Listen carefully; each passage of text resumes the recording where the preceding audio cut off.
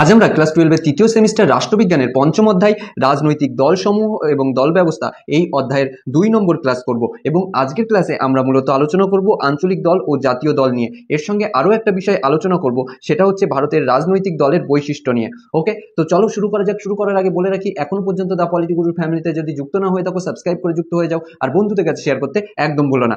ওকে, তো প্রথমে আমরা দেখে নিই ভারতের রাজনৈতিক দলের বৈশিষ্ট্য। আমরা আগের ক্লাসে দেখেছিলাম শুধুমাত্র রাজনৈতিক দলের কি কি বৈশিষ্ট্য হতে পারে, একটা রাজনৈতিক দলের কি বৈশিষ্ট্য, কিন্তু আজকে আমরা ভারতের পরিপ্রেক্ষিতে ভারতে যে দল ব্যবস্থা প্রচলিত রয়েছে, রাজনৈতিক দল ব্যবস্থা যে প্রচলিত রয়েছে, সেই দল ব্যবস্থা কেমন সেই বিষয়টাই আজকে আমরা দেখব। তো চলো, প্রথমে কি বলছে, ভারতের দল ব্যবস্থা হচ্ছে একটা বহুদলীয় ব্যবস্থা, তাই না? দেখো, ভারতে একাধিক আঞ্চলিক দল, একাধিক জাতীয় দলের উপস্থিতি লক্ষ্য করা যায়। যেরকম পশ্চিমবঙ্গের ক্ষেত্রে টিএমসি রয়েছে, এছাড়া পুরো দেশে একাধিক দল রয়েছে, তাই না? বিজেপি রয়েছে, সিপিআইএম রয়েছে, সিপিআই রয়েছে, ডিএমকে রয়েছে। এমন নয় একটা দলই পুরো সারা জীবন ধরে শাসন করে যাচ্ছে, বা এমন নয় দুখানা দল পুরো শাসন করে যাচ্ছে, সারা জীবন ধরে শাসন করে যাচ্ছে, হয় এ নয় ও, এরকম নয়। প্রতিটা দলের এখানে সুযোগ রয়েছে শাসন করার। তাই বলা হচ্ছে ভারতের দল ব্যবস্থা হচ্ছে বহুদলীয় ব্যবস্থা। এখানে একাধিক আঞ্চলিক দলের উপস্থিতিও লক্ষ্য করা যায়, এখানে জাতীয় দলের উপস্থিতিও লক্ষ্য করা যায়। ওকে, নেক্সট কি বলছে, সাংবিধানিক স্বীকৃতি। দেখো, ভারতের মূল সংবিধানে মূলত এই যে দল ব্যবস্থা বা পলিটিক্যাল পার্টি, এই কথাটার কোনো উল্লেখ ছিল না, কিন্তু ভারতের মূল সংবিধানে এমন কিছু আইন ছিল যেগুলো ইনডাইরেক্টলি পলিটিক্যাল পার্টির অস্তিত্বের কথা বলতো। যেরকম ইলেকশন কমিশন, সে কি কি কাজ করবে, এই সমস্ত যে আইন ছিল, সেই আইনের মাধ্যমে বোঝা যেত যে পলিটিক্যাল পার্টির সাপোর্ট করছিল, কিন্তু পার্টিকুলার কোনো পলিটিক্যাল পার্টির নাম ওই মূল সংবিধানে ছিল না। কিন্তু যেহেতু ভারতের রাজনীতি পলিটিক্যাল পার্টি ছাড়া কল্পনাই করা যায় না, সেহেতু 1985 সালে 52তম সংবিধান সংশোধনের মাধ্যমে এই রাজনৈতিক দল ব্যবস্থাকে সাংবিধানিক স্বীকৃতি প্রদান করে, ঠিক আছে, মানে সরকার। ওকে, নেক্সট 3, অভিন্ন উৎপত্তি স্থল। অভিন্ন উৎপত্তি স্থল বলতে কি বোঝাচ্ছে, যে ভারতবর্ষের বেশিরভাগ দলই সৃষ্টি হয়েছে একটা দল থেকে। কোন দল? সেটা হচ্ছে আইএনসি, ইন্ডিয়ান ন্যাশনাল কংগ্রেস থেকে। আগে কি ছিল, সব একসঙ্গে ছিল, তারপরে মত পার্থক্য হয়েছে, সরে গেছে, গিয়ে নিজে একটা দল খুলে ফেলেছে। এই যে Communist Party of India, Communist Party of India মার্ক্সবাদ, তারপরে সমাজতান্ত্রী দল, জনতা পার্টি, এগুলো সবই একসময় কংগ্রেসের অংশ ছিল, কিন্তু পরে সেই মত পার্থক্য হয়ে যাওয়ার কারণে তারা আলাদা দল খুলে ফেলে। ওখান থেকে একজন নেতা বেরিয়েছে, সে একটা আলাদা দল খুলে ফেলে। তো বলা যায় যে ভারতের যত দল রয়েছে তার বেশিরভাগ দলের উৎপত্তি হচ্ছে এই ন্যাশনাল কংগ্রেস থেকে। ওকে, যেরকম আমাদের রাজ্যেই রয়েছে টিএমসি একসময় কংগ্রেসের সঙ্গে ছিল, কিন্তু পরবর্তীতে পিসি সরে যায়, এসে নিজের দল খুলে ফেলে। বোঝা গেল?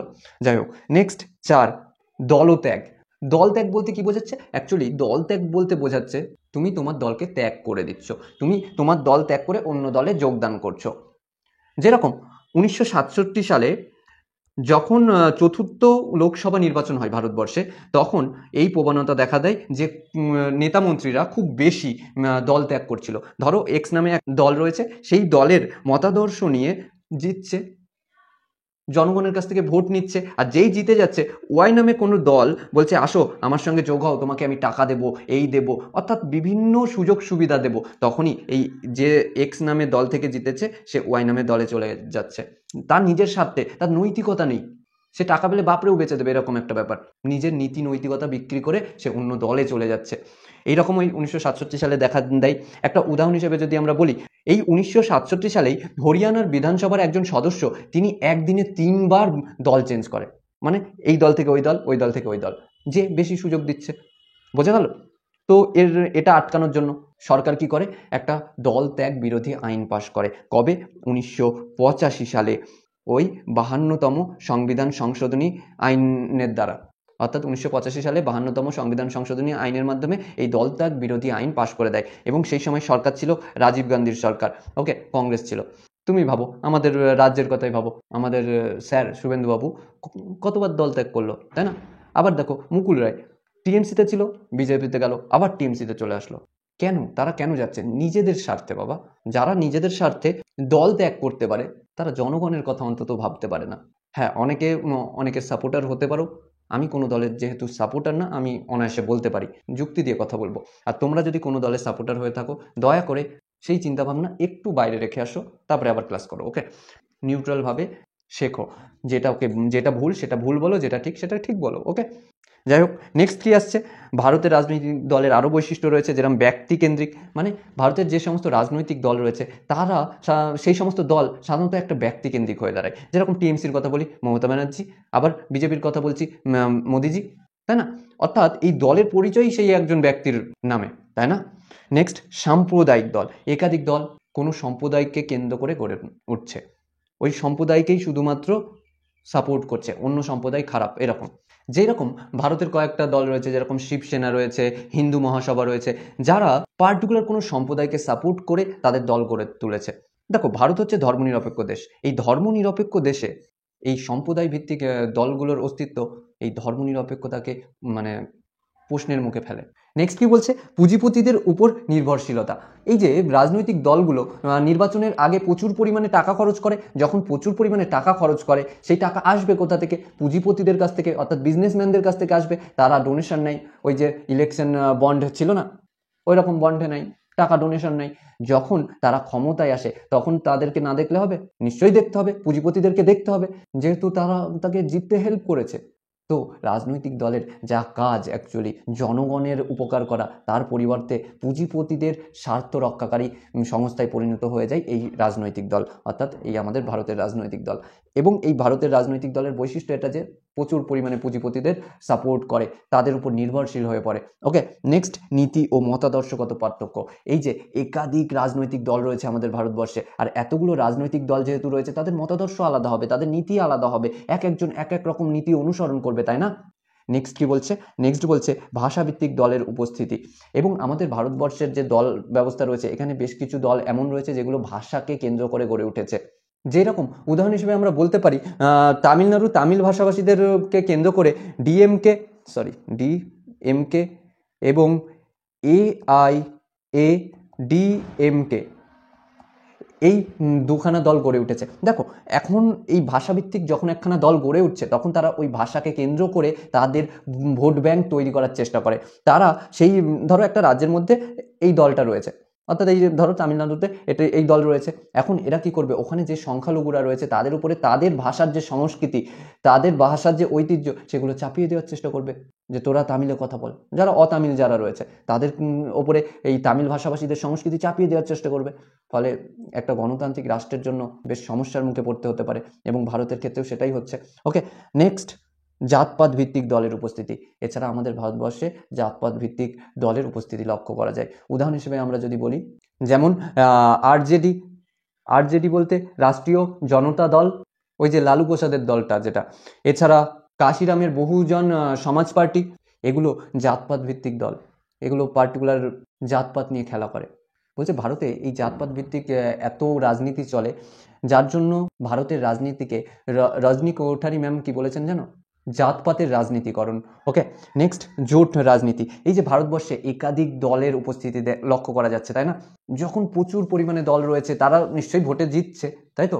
বিভিন্ন আঞ্চলিক দল রয়েছে, বিভিন্ন জাতীয় দল রয়েছে, জিতছে। এখন কোনো একটা দল খুব একটা সংখ্যাগরিষ্ঠতা লাভ করতে পারছে না। অর্থাৎ সংখ্যাগরিষ্ঠতা মানে কি, 272টা ভোট লাগবে বর্তমানে, তাই না, ভারতে? অর্থাৎ 272টা আসন দরকার লোকসভায়। এখন একটা পার্টিকুলার দল 272টা আনতে পারছে না, আনা বড় কষ্টসাধ্য ব্যাপার হয়ে দাঁড়াচ্ছে, কারণ অন্যান্য দল সেই আসনগুলো কেড়ে নিচ্ছে। হতে পারে তারা খুব কম আসন পাচ্ছে, দেখালো 20-30টা করে আসন পাচ্ছে, আর হয়তো বড় বড় পার্টিগুলো 150-200 করে আসন পাচ্ছে। কিন্তু ওই যে অল্প অল্প 5টা-10টা করে ছোট ছোট দলগুলো যে আসন পাচ্ছে, সেই আসনগুলো তো কেটে যাচ্ছে। যখনই এরকম একটা সিচুয়েশন তৈরি হচ্ছে যে একখানা বা দুখানা দল সংখ্যাগরিষ্ঠতার ধারের কাছেও যেতে পারছে না, তখন কি করছে, একাধিক দল মিলে একটা জোট গঠন করছে, জোট গঠন করে সরকার গঠন করার চেষ্টা করছে। তো ভারতে এই জোট গঠনের রাজনীতিও দেখা যায়, রাজনৈতিক দল দেখা যায়। ওকে, অনেকটা ওই ফুটবল টিমের কথা ভাবো, যে 11 জন দরকার, তাই না? এখন তোমাদের স্কুলের 8 জন জোগাড় করতে পেরেছো, ভালো খেলে, আর বাকিগুলো কোথা থেকে জোগাড় করবে? অন্য স্কুল থেকে নিশ্চয়ই, অথবা বাইরে থেকে বাকি 3 জনকে, তাই তো? যেহেতু 11 জন খেলতেই হবে। ক্লিয়ার হলো কথা? যাই হোক, নেক্সট অংশে আসা যাক। ওকে, এইবার আসবো আমরা ওই যে আঞ্চলিক দল এবং জাতীয় দল সম্পর্কে। ওকে, আগের দিন আমরা বলেছিলাম কার্যপরিধির ভিত্তিতে দলকে দুটো ভাগে ভাগ করা যায়, যেটা হচ্ছে আঞ্চলিক দল আর একটা হচ্ছে জাতীয় দল, এবং আমরা সেই ক্লাসে বলেছিলাম এটা আমরা পরের ক্লাসে আলোচনা করে নেব। তো আঞ্চলিক দল বলতে কি বোঝায়? এই যে আঞ্চলিক দল বলতে তুমি ভাববে যে একটা রাজ্যের মধ্যে তার ক্ষমতা সীমিত থাকবে। অর্থাৎ ধরো পশ্চিমবঙ্গে একটা আঞ্চলিক দল রয়েছে, সেটা বর্তমানে টিএমসি। টিএমসি একসময় জাতীয় দল ছিল, বর্তমানে নেই। ওকে, তাই আমরা টিএমসিকে একটা মানে আঞ্চলিক দল বলছি। এই টিএমসির ক্ষমতা শুধুমাত্র পশ্চিমবঙ্গের মধ্যে সীমাবদ্ধ। ওই যে ডিএমকের কথা বলছি, ওটা একটা আঞ্চলিক দল, ওর ক্ষমতা ওর রাজ্যের মধ্যে সীমাবদ্ধ, অর্থাৎ ওর এলাকার মধ্যে। কিন্তু একটা জাতীয় দল এমন নয়, পুরো জাতীয় স্তরে তার একটা অধিকার রয়েছে, তার ক্ষমতা রয়েছে বলতে পারো, যে একাধিক রাজ্যে তার উপস্থিতি লক্ষ্য করা যায়। একটা আঞ্চলিক দলের এক বা দুটো রাজ্যে করা যায়, বা বেশিরভাগ ক্ষেত্রে একটা রাজ্যেই দেখা যায় আঞ্চলিক দলকে। কিন্তু একটা জাতীয় দল মানে দেশের বিভিন্ন রাজ্যে তার উপস্থিতি লক্ষ্য করা যেতে পারে একটা জাতীয় দলের। তো আমরা কি দেখছি যে আঞ্চলিক দলের সীমা কম, অল্প, আর জাতীয় দলের সীমা অনেক বড়, তাই না? ও একাধিক রাজ্যে জাতীয় দল থাকতে পারে। যেরকম ধরো একটা আঞ্চলিক দল এরকম 4-5টা রাজ্যে তার ক্ষমতা বিস্তার করেছে, তখন সে জাতীয় দলে পরিণত হতে পারে, ঠিক আছে? কিন্তু সে যদি একটা রাজ্যে থাকে তাহলে নিশ্চয়ই হবে না, সে জাতীয় দল কি করে হচ্ছে, তাই না? আরও একটা কথা, এই যে প্রতিটা দলকে কিন্তু ইলেকশন কমিশনের দ্বারা স্বীকৃত হতে হবে। কি? অর্থাৎ ইলেকশন কমিশনের কাছে তার নিজেকে দল হিসেবে রেজিস্টার করাতে হবে। আরও একটা জিনিস আমরা যেটা বলি, স্বীকৃত আর অস্বীকৃত দল বলে একখানা ভাগ রয়েছে। দেখো, প্রতিটা রাজনৈতিক দল, এই জায়গাটা একটু আলাদাভাবে ভাবো, ঠিক আছে?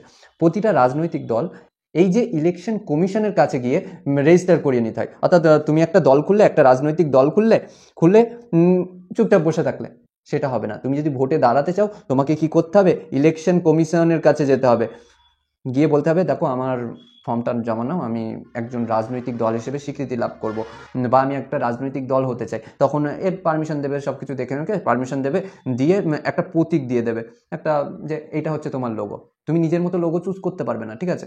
এখন ওই স্বীকৃতি দিয়ে দিল, তুমি একটা রাজনৈতিক দল।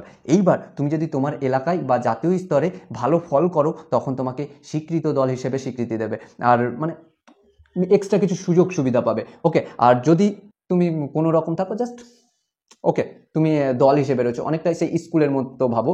স্কুলে যারা ভালো রেজাল্ট করে তাদেরকে প্রথম সারির ছেলে হিসেবে রাখে, তাদেরকে মানুষ দাম দেয়। হ্যাঁ, ব্যাক বেঞ্চারদেরকেও দেয়, কিন্তু এই ক্ষেত্রে ব্যাক বেঞ্চার আসবে না, ঠিক আছে? এখানে ব্যাক বেঞ্চার মানে পুরোপুরি পিছিয়ে পড়া, মানে এই দল ব্যবস্থার ক্ষেত্রে। কিন্তু যারা ওই রকম সেরা ফল করতে পারছে না, তাদেরকে কেউ গুণগান করবে না, তাই না? উল্টো বদনাম করবে। বোঝাতে পারছি? অর্থাৎ যদি তুমি রাজ্যে তোমার ফল দেখাতে পারো যে খুব ভালো, তোমার জনপ্রিয়তা বেশি, তাহলে তুমি স্বীকৃত দল, আর যদি না হয় অস্বীকৃত। হ্যাঁ, রেজিস্টার করা থাকছে, স্টুডেন্ট হিসেবে রেজিস্টার থাকছে, সেই রকম এখানে পলিটিক্যাল পার্টি হিসেবে রেজিস্টার থাকছে। কিন্তু স্বীকৃত না অস্বীকৃত কোনটার ক্ষেত্রে পড়বে? যখন তুমি খুব বেশি মানে ভালো ফল দেখাবে, আর যখন ফল দেখাতে পারবে না তখন তুমি অস্বীকৃত। ওকে, ক্লিয়ার? স্বীকৃতর ক্ষেত্রে সুবিধা হচ্ছে এক্সট্রা কিছু সুযোগ সুবিধা পায়, আর অস্বীকৃতর ক্ষেত্রে সেরকম একটা সুযোগ সুবিধা নেই, তার কথা খুব একটা ভাবা হয় না। ওকে, যাই হোক, এইবার আসি এই যে আঞ্চলিক দল কোনগুলো কিভাবে বুঝবো, আর জাতীয় দল কোনগুলো সেটা কিভাবে বুঝবো। তো আমাদের ভারতের ক্ষেত্রে বেশ কিছু ক্রাইটেরিয়া রয়েছে। বলছে ইলেকশন কমিশন বেশ কিছু ক্রাইটেরিয়া দিয়ে রেখেছে, যে এইগুলো যদি তুমি পূরণ করতে পারো তাহলে তুমি আঞ্চলিক দল। বলছে এই যে এ, বি, সি, ডি, ই, এফ, এই যে শর্তগুলো রয়েছে, এগুলোর মধ্যে যে কোনো একটা শর্ত যদি তুমি পূরণ করতে পারো, তাহলেই তুমি একটা আঞ্চলিক দল হয়ে যাবে। অর্থাৎ ধরো এর যেই কটা শর্ত রয়েছে, সেই শর্ত যদি কেউ পূরণ করে ফেলে, তাহলে সে একটা আঞ্চলিক দল। আর যদি শর্ত পূরণ করতে না পারে, একেবারে সেই কোনায় পড়ে থাকবে অস্বীকৃত দল হিসেবে। ওকে, দেখো এতে কি বলছে, তোমাকে লোকসভার যে আসন, অর্থাৎ লোকসভার ভোটে যে আসন রয়েছে, মিনিমাম একটা আসন পেতে হবে। আর লোকসভার ভোটে যে বৈধ ভোট হয়, তার অন্তত 6% ভোট পেতে হবে। অর্থাৎ তুমি যেই রাজ্যে বা যেই এলাকা থেকে লোকসভার ভোটে দাঁড়িয়েছো, অর্থাৎ ধরো আমি একটা দল খুললাম, রাজনৈতিক দল, কি নামে? ধরো এক্স নামে একটা দল খুললাম, ঠিক আছে? এই এক্স নামে দল খুলেছি এবং আমি লোকসভার ভোটে দাঁড়িয়েছি। এখন এই পশ্চিমবঙ্গের বিভিন্ন এলাকা থেকে আমি আমার প্রার্থীকে দাঁড় করিয়েছি, ধরো 10 জায়গা থেকে দাঁড় করিয়েছি, এবং এই পশ্চিমবঙ্গের জন্য যতটা ভোট রয়েছে, অর্থাৎ সেখানে যত মানুষ ভোট দেবে, তার মিনিমাম 6% ভোট আমি পাবো। ধরো এই পুরো পশ্চিমবঙ্গ থেকে 100 জন ভোট দিয়েছে এবং আমি বিভিন্ন জায়গায় ভোটে দাঁড় করিয়েছি, 10 জায়গায় দাঁড় করিয়েছিলাম, এক জায়গায় জিতে গেছি। আর এই 100 জন যেহেতু পুরো টোটালে ভোট দিয়েছে, তার মধ্যে আমি 6 জনের ভোট পেয়েছি, তাহলে আমি একটা আঞ্চলিক দল হিসেবে স্বীকৃতি পেয়ে যাব। অথবা ধরো এটা কেউ হলো না, তখন কি করতে হবে, আরও কিছু শর্ত রয়েছে। আরও কি শর্ত বলছে, আর বলছে যদি বিধানসভার ভোটে, বিধানসভা অর্থাৎ ওই রাজ্যের ক্ষেত্রে, রাজ্যের জন্য যে ভোট হয়, রাজ্যের মন্ত্রী চুজ হওয়ার জন্য, ওই বিধানসভার ভোটে তুমি 2খানা সিট পেয়েছো, অর্থাৎ যতগুলোই শাসন মানে আসন থাকুক তার মধ্যে তুমি 2খানা মিনিমাম সিট পেয়েছো, আর মোট বৈধ ভোটের অন্তত 6% ভোট পেয়েছো। অর্থাৎ যতজন ওই রাজ্যে যতজন ভোট দিয়েছে তার মধ্যে মিনিমাম 6% তুমি ভোট পেয়েছো। অর্থাৎ ধরো 100 জন দিয়েছে, তার মধ্যে 6 জনের ভোট পেয়েছো, তবেই তুমি একটা আঞ্চলিক দল হতে পারবা। অথবা তুমি যদি এগুলো পূরণ না করতে পারো, যে তুমি একটাও আসন জেতনি, কিন্তু তুমি যদি লোকসভার ভোটে ধরো একটাও আসন জেতনি, একটা আসনের কথা বলেছিল কিন্তু ধরো একটাও আসন তুমি জেতনি, তাহলে তুমি যদি বিভিন্ন এলাকা থেকে তুমি তোমার প্রার্থী দাঁড় করিয়েছো, এবার টোটাল যতজন ভোট দিয়েছে তার মধ্যে 8% যদি তুমি ভোট পেয়ে যাও, তাহলে তুমি একটা আঞ্চলিক দল হিসেবে স্বীকৃতি লাভ করবে। হতে পারে তুমি জেতনি, হেরে গেছো, তারপরেও এটা লোকসভার ক্ষেত্রে। সেম বিধানসভার ক্ষেত্রেও, তুমি ধরো বিধানসভাতেও একটা ভোট পাওনি, একটা আসন পাওনি, ভোট পেয়েছো কিন্তু আসন পাওনি, কিন্তু ভোট পেয়েছো কতটা, মোট বৈধ ভোটের, অর্থাৎ যতজন ভোট দিয়েছে পুরো রাজ্যের তার মধ্যে 8%, এখানে 6% লেখা হয়েছে, 8% ভোট পেয়েছো, তবে তুমি আঞ্চলিক দল হিসেবে স্বীকৃতি পাবে। অথবা আরো সহজ করে দিচ্ছে, কি বলছে, ধরো তুমি লোকসভার একটাও সিট জেতনি, লোকসভার ভোটেই দাঁড়াওনি, আর বিধানসভার যে ভোট হয়েছে সেখানেও অনেক পার্সেন্টের দিক থেকে অনেক কম ভোট পেয়েছো, তখন ওই বিধানসভার যে আসন রয়েছে, অর্থাৎ রাজ্যের যে আসন রয়েছে, যে সিট রয়েছে যেই কটা, তার মধ্যে মিনিমাম 3% আসন তোমাকে জিততে হবে। আর ওখানে আরেকটা কথা বলে দিয়েছে, কমপক্ষে 3টে। এখানে কমপক্ষে 3টে কেন বলেছে, ধরো একটা রাজ্যে কি রয়েছে, 60খানা আসন রয়েছে, ঠিক আছে, অর্থাৎ একটা রাজ্যে টোটাল বিধানসভার আসন হচ্ছে 60খানা। এখন যেহেতু 3% বলেছে, এই 3% মানে কত, এর 3% মানে 3/100 হচ্ছে, একটু অঙ্ক শেখাচ্ছি, ঠিক আছে, শেখাচ্ছি তো না, তবে কি হচ্ছে, এখানে 3×18 ভাগ 10 মানে 1.8, তো মাত্র 2খানা সিট পেলেই তাহলে আমি আঞ্চলিক দল হিসেবে স্বীকৃতি পাবো না। এখানে বলছে কমপক্ষে 3টে, অর্থাৎ যদি এমন হয় যে তোমার 3% মানে 3টের কম হয়ে যাচ্ছে, তাহলে তুমি আঞ্চলিক দল হিসেবে স্বীকৃতি পাবে না, মিনিমাম 3টে পেতে হবে। যদি এরকম হয় ওই রাজ্যে 100টা রয়েছে, তখন 3% মানে 3খানা, তাই না, অর্থাৎ 3খানা আসন পেতে হবে, কিন্তু এখানে 2খানার আসছে, তাহলে হবে না। আশা করি ক্লিয়ার হয়েছে জিনিসটা। এই দুটোর মধ্যে যেইটা বেশি হবে, অর্থাৎ 3টে। এবার ধরো কোনো একটা জায়গায় 200টা সিট রয়েছে কোনো একটা রাজ্যে, তখন ওর 3% ভোট মানে 6টা, সেক্ষেত্রে তুমি যদি 3খানা সিট পেয়ে যাও, তাহলেও কিন্তু তুমি আঞ্চলিক দল হিসেবে স্বীকৃতি পাবে না, তখন তোমার ওই 6টা পেতে হবে। অর্থাৎ এই দুটোর মধ্যে যেইটা বেশি হবে, যেই রাজ্যের জন্য যেইটা বেশি হবে। বোঝাতে পারলাম? আশা করি বোঝাতে পেরেছি।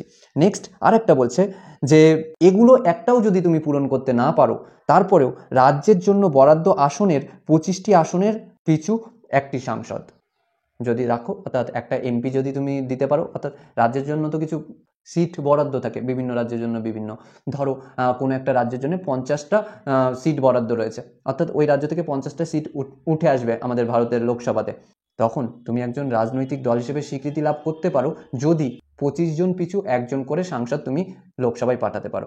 অর্থাৎ এই 50 জন সিট রয়েছে ওই রাজ্যে, ধরো একখানা রাজ্যেই 50টা সিট রয়েছে, তবে 25 জন পিছু একজন বলেছে, তাহলে তাকে মিনিমাম 2জন এমপিকে পাঠাতে হবে, তাহলে সে আঞ্চলিক দলের স্বীকৃতি পাবে।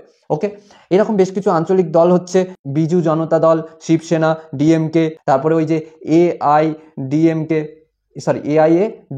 ঠিক আছে, তারপরে বর্তমানে টিএমসিও রয়েছে আমাদের রাজ্যের। ওকে, তারপরে আরেকটা নওশাদ সিদ্দিকীর দলের নাম কি, ISF নাকি একটা আছে, তাই না, ওইটাও একটা আঞ্চলিক দল, তাই না, আমি নামটা হয়তো ভুল বললাম ওই নওশাদ সিদ্দিকীর দলের, কি জানি, একটু কমেন্ট করে জানাও অ্যাকচুয়ালি দলটার নাম কি। ওকে, নেক্সট আমরা দেখে নিই যে জাতীয় দল, জাতীয় দলের কি কি শর্ত রয়েছে। জাতীয় দল কি আমরা তো জানি একাধিক রাজ্যের দেখা যাবে। ওকে, বলছে এর মধ্যে যে কোনো শর্ত একটা পূরণ করলেই হবে। আর হ্যাঁ, ওই যে আমরা এতগুলো শর্তের কথা বললাম, যে কোনো একটা শর্ত, হয় এ এর শর্ত পূরণ করে দাও, না হলে বি, অথবা সি, ডি, যে কোনো একটা, এমন নয় যে সবগুলোই পূরণ করতে হবে, যে কোনো একটা শর্ত পূরণ করতে পারলেই হয়ে যাবে, ঠিক আছে।